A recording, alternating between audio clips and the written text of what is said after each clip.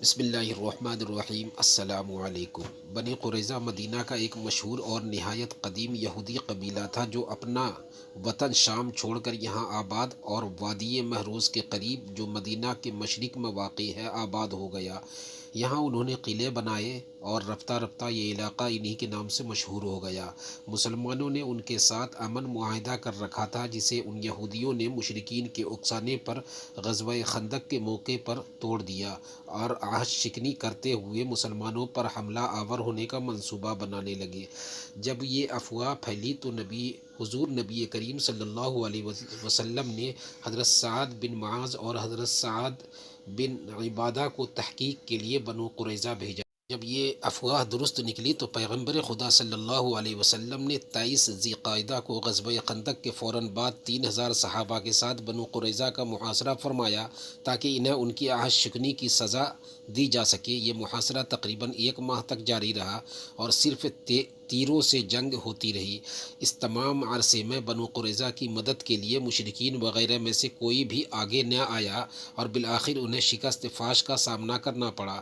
تقریباً 700 یہودیوں کو گرفتار کر کے معاہدے کے مطابق قتل کر دیا گیا اور ان کی عورتوں کو اسیر کر کے ان کے مال ضبط کر لیے گئے۔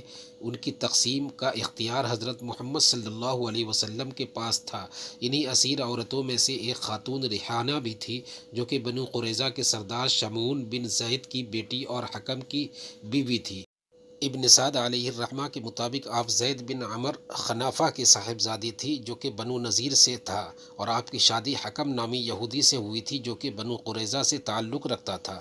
ابن سعد روایت نقل کرتے ہیں کہ ریحانہ کا شوہر حکم ان کی بہت عزت اور محبت کرنے والا تھا، اسی لیے آپ نے یہ عہد کر رکھا تھا کہ اپنے شوہر کے بعد کبھی کسی سے شادی نہیں کروں گی۔ لیکن غزوہ بنو قریظہ جب برپا ہوا تو حکم بھی ان یہودیوں میں شامل تھا جو قتل کر دیے گئے تھے اور ریحانہ ان خواتین میں شامل تھی جنہیں اسیر بنایا گیا تھا۔ ریحانہ خود کہتی ہیں کہ میں ان خواتین میں شامل تھی جو حضور صلی اللہ علیہ وسلم کے سامنے پیش کی گئی تھی۔ حضور نے ان میں سے مجھے علیحدہ فرما دیا اور ان میں خدا کو میرے لیے بھلائی اور خیر منظور تھی، لہٰذا رسول اللہ صلی اللہ علیہ وسلم نے مجھے ام منذر بن قیس کے گھر چند ایام کے لیے بھیج دیا، یہاں تک کہ قیدی قتل کر دیے گئے اور لونڈیاں اور غلام بانٹ دیے گئے۔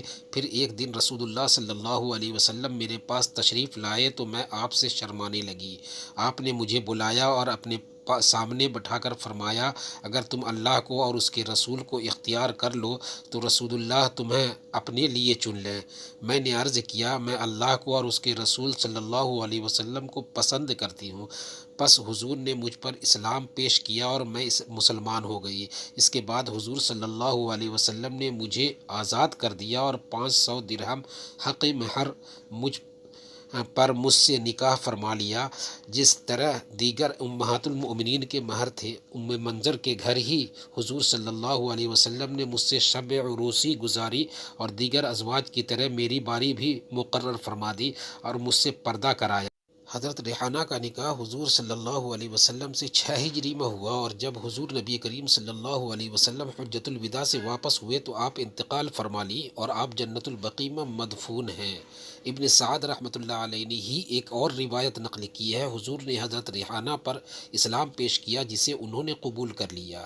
اس کے بعد حضور نے انہیں آزاد کر کے ان سے نکاح فرمایا۔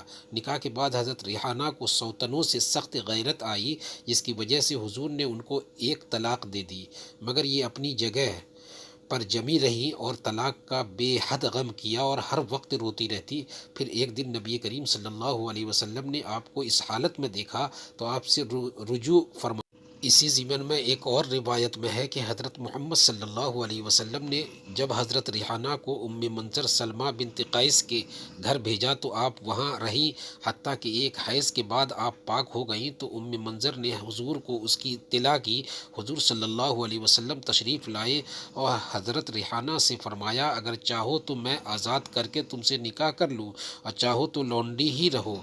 بولی یا رسول اللہ میرا لونڈی بن کر رہنا میرے لیے اور آپ کے لیے باعث سہولت ہے، پس آپ لونڈی ہی رہیں حتیٰ کہ وفات پائیں۔ حضور صلی اللہ علیہ وسلم نے آپ سے نکاح نہیں فرمایا تھا۔ ایک اور روایت میں یوں بھی ہے کہ حضور صلی اللہ علیہ وسلم نے جب آپ پر اسلام پیش کیا تو آپ نے یہ کہہ کر اسلام قبول کرنے سے انکار کر دیا تھا کہ میں اپنی قوم کے دین پر قائم رہوں گی۔ آپ کا انکار کرنا حضور کو بہت گراں گزرا اور آپ ان کے پاس سے تشریف لے گئے۔ جب آپ صحابہ میں تشریف فرما تھے تو آپ نے قدموں کی آہٹ سنی اور فرمایا یہ ابن سیاح ہیں اور ریحانہ کے اسلام قبول کرنے کی بشارت لے کر آئی ہیں۔ آپ کی پیشن گوئی ہمیشہ کی طرح سچ ہوئی۔ ابن سیاح نے عرض کیا یا رسول اللہ صلی اللہ علیہ وسلم ریحانہ مسلمان ہو گئی ہے، پس حضرت ریحانہ رضی اللہ عنہا تادم وفات لونڈی کی حیثیت سے ہی رہی۔